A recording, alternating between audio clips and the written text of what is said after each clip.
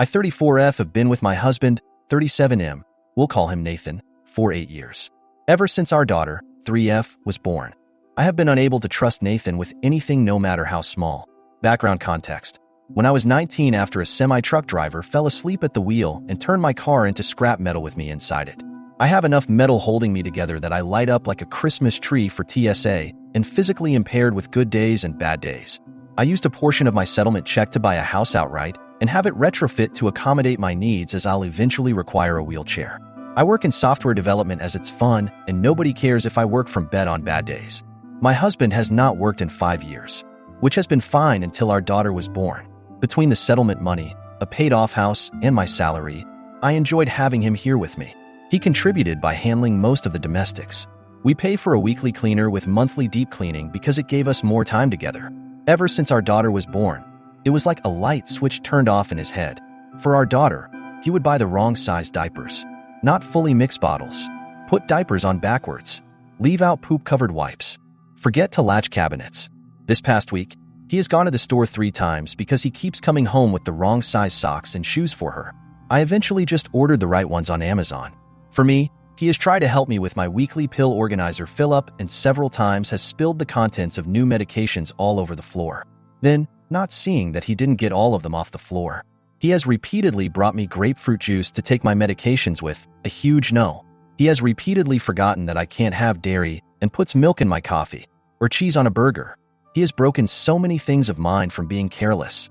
He shattered my laptop because it slipped out of his hand when he tried to pack it for a trip, even after I said I would pack my own electronics. We've lost so many spoons and forks to the disposal. He tried to replace the head gasket in my car and over-torqued the engine bolt, which shattered inside the block, and 2 different shops said they couldn't repair it. We ended up getting a new vehicle because a replacement engine would have cost $11,000. A week later, he crashed the new car into the garage door because he thought he'd press the brakes, not accelerator. He wanted to do TikToks and streaming as a hobby. I supported him initially, but I quickly noticed a pattern. Anything regarding our daughter or me, he was sloppy and careless. He never whooped his own stuff. He would build entire sets to stream or make videos with, leave the garage, and leave his brain in the garage. It came to a head 4 nights ago. He streamed himself building a new set piece, 9 hours straight. Meanwhile, I worked, clocked out early to pick up our daughter from summer camp, cooked and fed both of us, got her ready for bed. He came out to help put her to bed. I let him know that I needed to get some work done and would be in my office, and I asked him to take the trash out. He says he will. 2 hours later, I left my office and the house felt really warm. He'd taken the trash out, but left our front door partially open, and was back in the garage with his game volume really loud. I panicked since our daughter is able to get out of bed and thankfully she was sound asleep.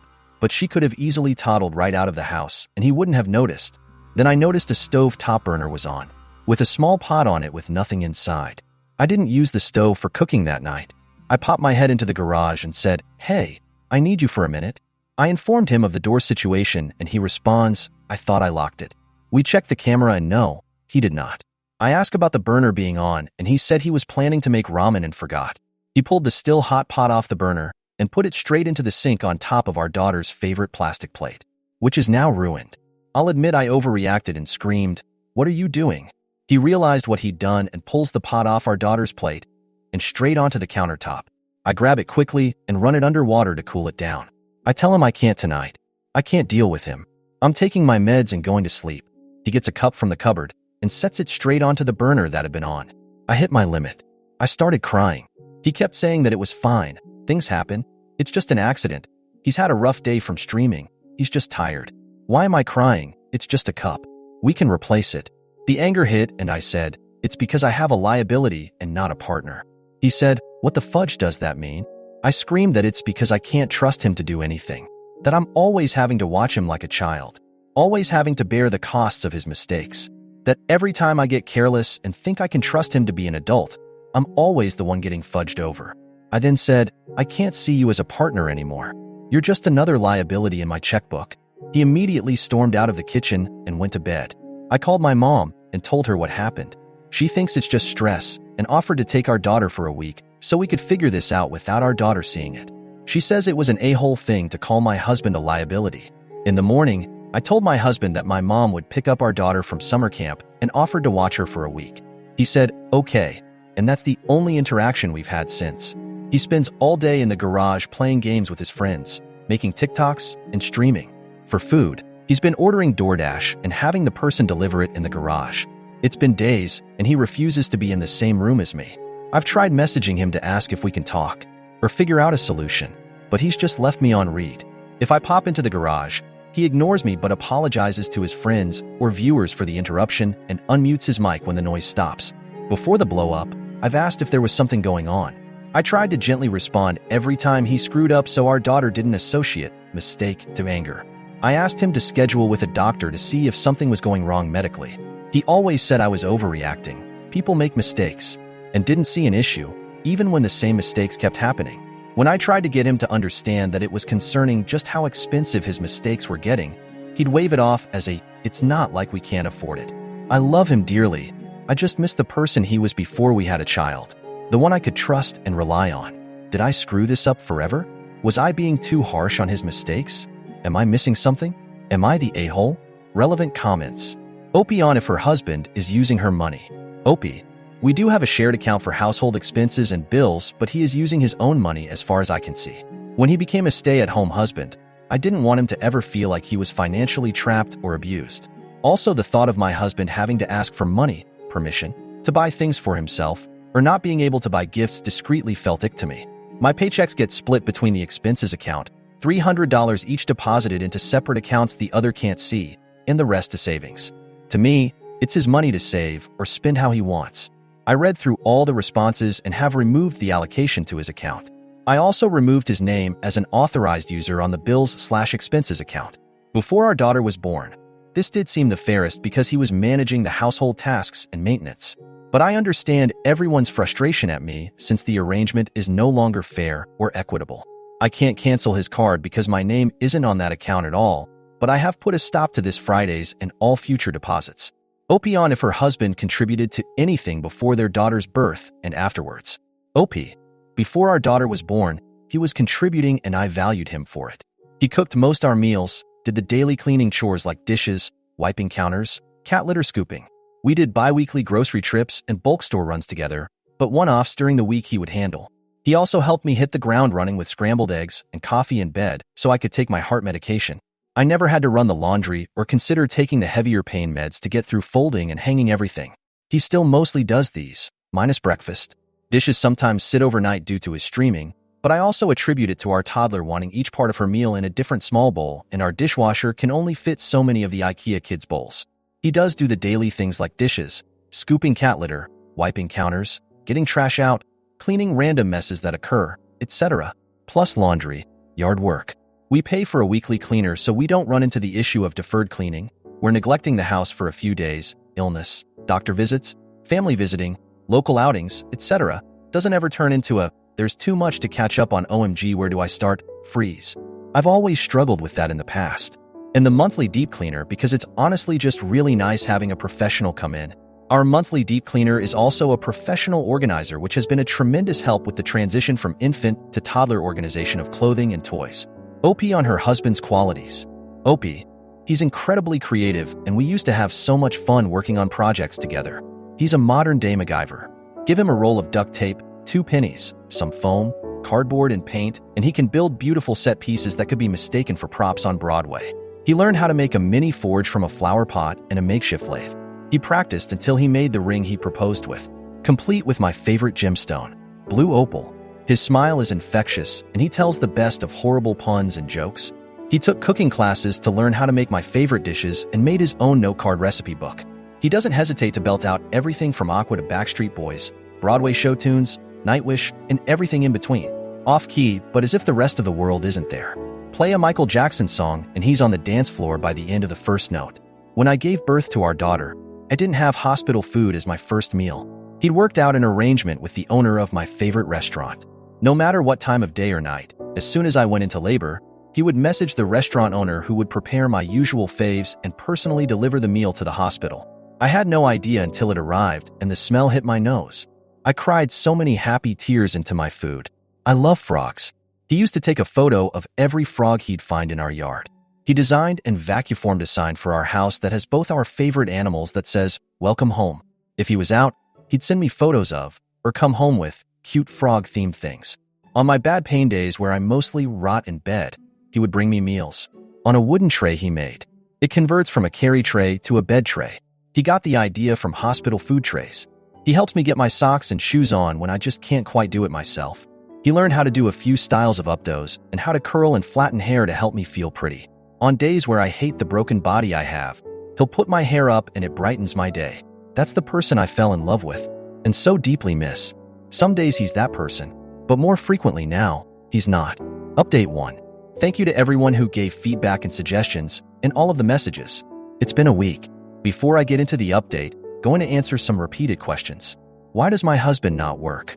He can easily find employment, but we both agreed that the pay was never worth the toxic environment of his field unless he wanted to start his own business, which he did not. He worked in home repair and renovation. It was gross how his co-workers spoke of and treated women, female customers, and co-workers alike. He saw many female co-workers be sexually harassed into quitting. He hated how gross it made him feel when sales and adjusters would take advantage of women. Yes, selling inferior and unnecessary services at a premium is a thing. If he said anything, his hours would get cut until he left. He left one job on the first day because his boss left a screaming voicemail for not selling a refrigerant service to a young black couple who didn't even need refrigerant. Yes, he's got documentation and reported multiple employers to the state labor board. And check back. Nothing was ever done to our knowledge. He's also tried a factory job and a warehouse since leaving the trades. Both heavily penalized him for needing scheduled time off for my medical needs. There's no worker protection here for any of that until FMLA, unpaid, which takes a year to be eligible for. Yes, it is a privilege to walk away from a paying job with your middle fingers held high. I have done the same many times, but I'm happy where I'm at right now because it's the opposite of toxic. I'm thriving and our company has a no penalty, unlimited paid sick/medical leave policy that is strictly enforced at all levels of management. Any lead who penalizes people for taking leave gets sacked. A unicorn of a company.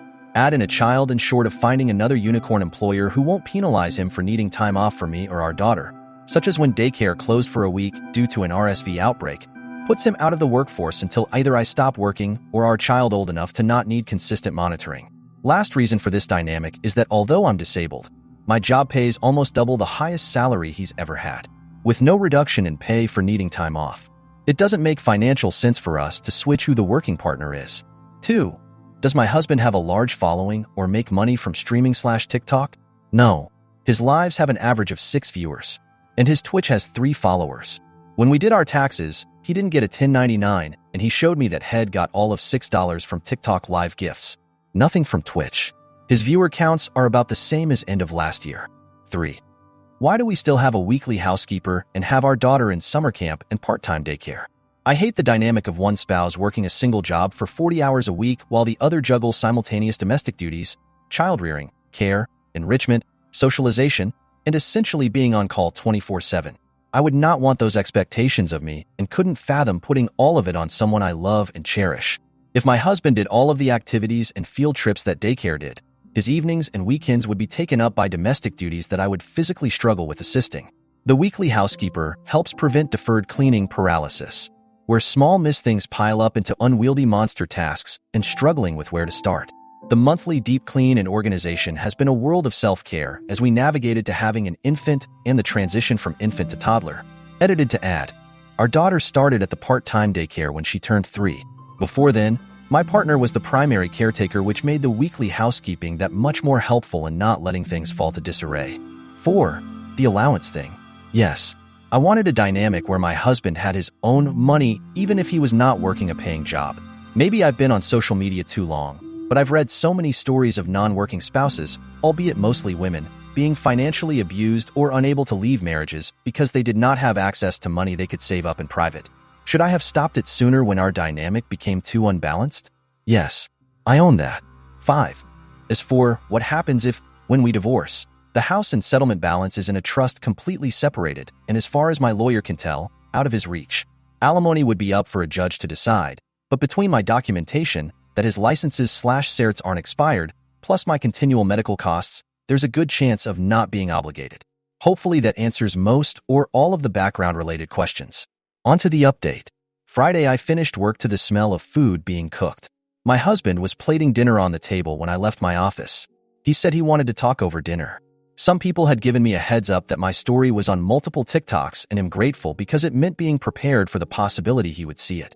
Which, I have feelings about my post being used for content on the very platform my child and I have been neglected for. Not good ones. He did see one. He asked if it was me and I told him the truth. Yes, I wrote it. Yes, that's how I feel. And yes, I read the comments on Reddit. And no, I won't delete or change how I write about him just because I know he can see it. I don't know how to describe his reaction, but he said he'd spent the last day reflecting on just how bad could it be for so many medical diagnosis suggestions be given as reason and justification. He did say that he's not ADHD. His mom was addicted to opioids and Ritalin when he was a kid, and she tried to get numerous doctors to have him diagnosed ADHD. She had him believing he was, so he also sought out 2 opinions once he was an adult. He didn't learn about her addiction until his mid-20s. He did seek therapy once he was aware that his mom was trying to use him for pills. He said he was willing to see a psychiatrist one more time, but he doesn't think he's ADHD or autistic at all. He does think he might be depressed though. If not depressed, he will ask about some of the other medical suggestions if it will ease my worry or rule out a major problem. He did sound genuine in this, but something he said is sticking with me. He said it jokingly and apologized as soon as he saw the hurt in my eyes. That everyone saying there's something wrong in his brain must be onto something since he chose to love and marry someone medically fragile, knowing our life together would be anything but normal. He did also admit that the night he'd left the door open, the pot on, ruined our child's favorite dish and a cup. He drank a little too much on his stream and would monitor that more closely. He said the last few nights, he had been filling his wine bottle with grape juice so it looked like he was a jolly drinking Viking, but was actually sober. He said he would keep doing that. After dinner, we went out and he surprised me with seeing the new Deadpool movie. We didn't go to our normal theater because he looked up what each theater had for limited edition popcorn buckets. I now have the baby Deadpool one that holds popcorn and a drink. We spent the next day going over the extent of how our family dynamic changed for the worse, how the little things have added up, how I see change as a part of an apology. If you verbally apologize but repeatedly do the same thing, the apology words are worthless to me. And that he didn't recognize just how frequently he was making the same/similar oopsies. Sunday, we spent talking over short and long term. What needs to change immediately, him scheduling his own doctor appointments, timelines for expectations.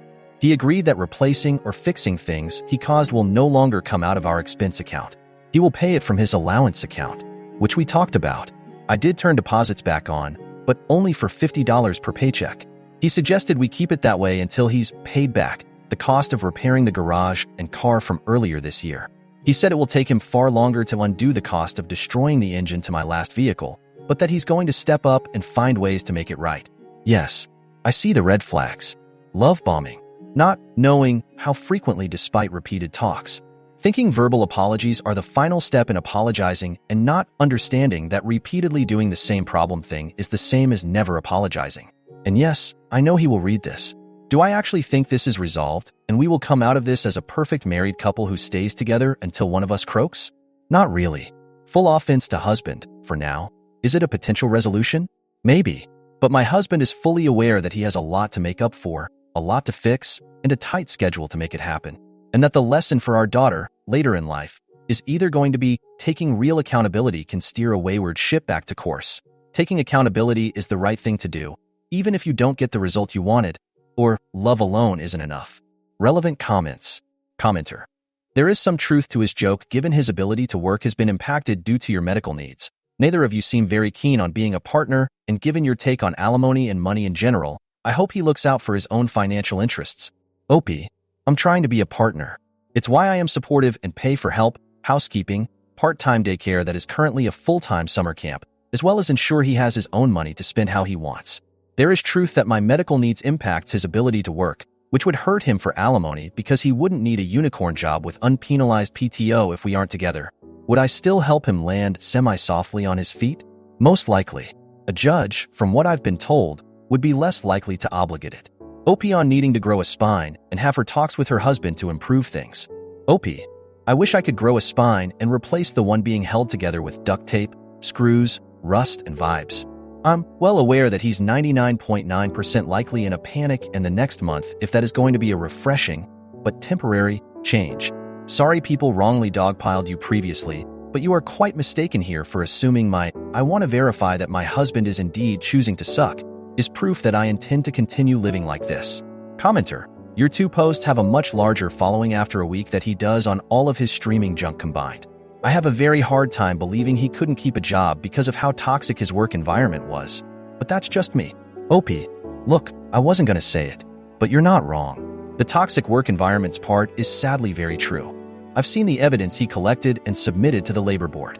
At least before everything went sideways, things were really nice with him as a house husband. AM's sad he squandered it. I'll be financially able to retire in just a few years barring my career field suddenly tanking salaries though.